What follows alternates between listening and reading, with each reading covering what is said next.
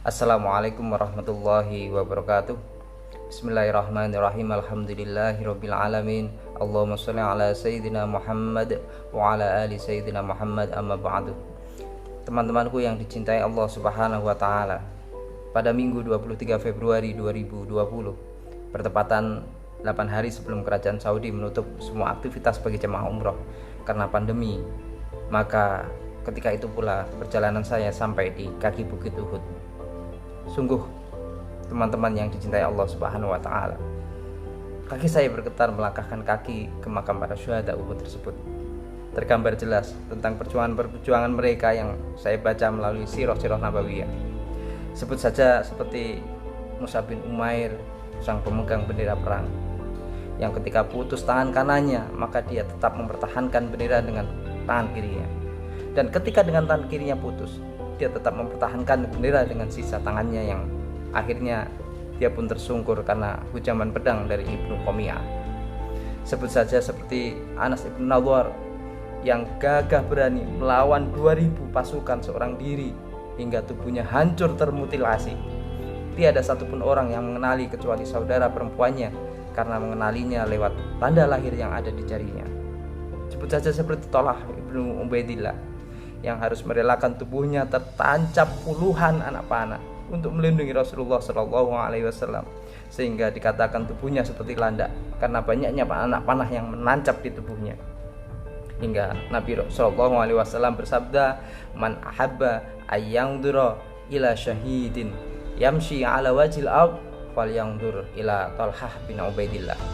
Barang siapa yang ingin melihat orang yang sudah mati syahid tetapi dia masih bisa berjalan di muka bumi, maka hendaklah lihatlah Thalhah bin Ubaidillah. Kondisi Nabi pun tidak jauh beda seperti sahabat-sahabatnya. Pipinya tertancap serpihan baju besinya hingga darah segar pun mengalir di wajahnya. Sungguh, punggung kanannya terhantam oleh sabetan pedang, gigi gerahamnya retak, dan masih banyak kisah-kisah sahabat lainnya yang berjuang untuk menegakkan Islam ini. Maka tahukah engkau, wahai teman-temanku yang dicintai Allah Subhanahu wa taala, Islam tidak begitu saja hadir di tengah-tengah kita.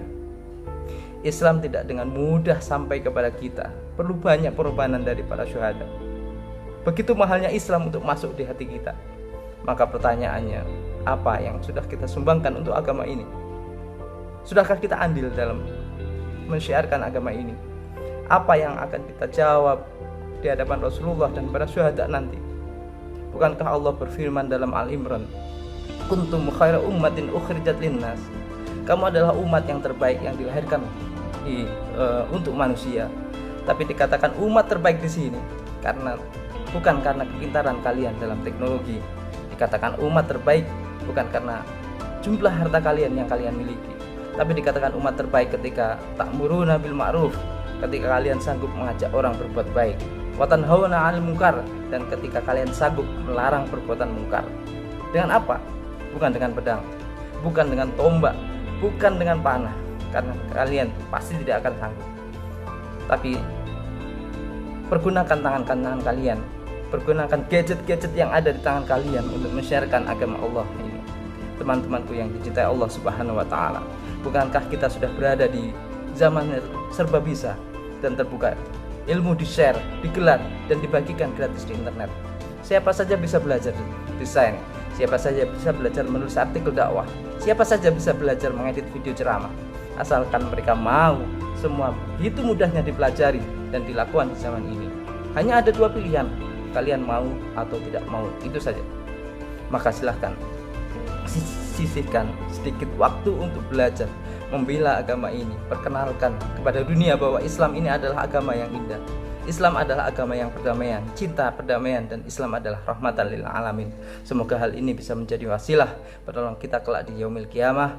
Amin ya rabbal alamin. Wabillahi taufiq wal hidayah. Wassalamualaikum warahmatullahi wabarakatuh.